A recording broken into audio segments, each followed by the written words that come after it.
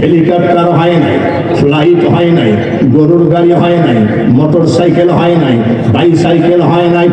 ওই টাইমে খাজা মঈনুদ্দিন চিশতি মারা গেলেন, একমাত্র হাঁটা পথ ছাড়া কোনো রাস্তা নাই।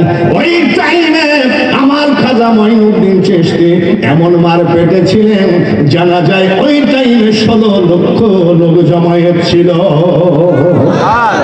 কত লাখ? 16 লক্ষ লোকের দাবি ছিল।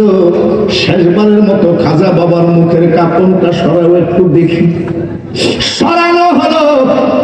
জীবিত থাকাকালীন ওই মার সন্তান মঈনুদ্দিনের চেহারার উপরে যে নূর ছিল, মরার পরে কোটি কোটি গুণ নূর তার চেহারার উপরে ভেসে উঠেছে।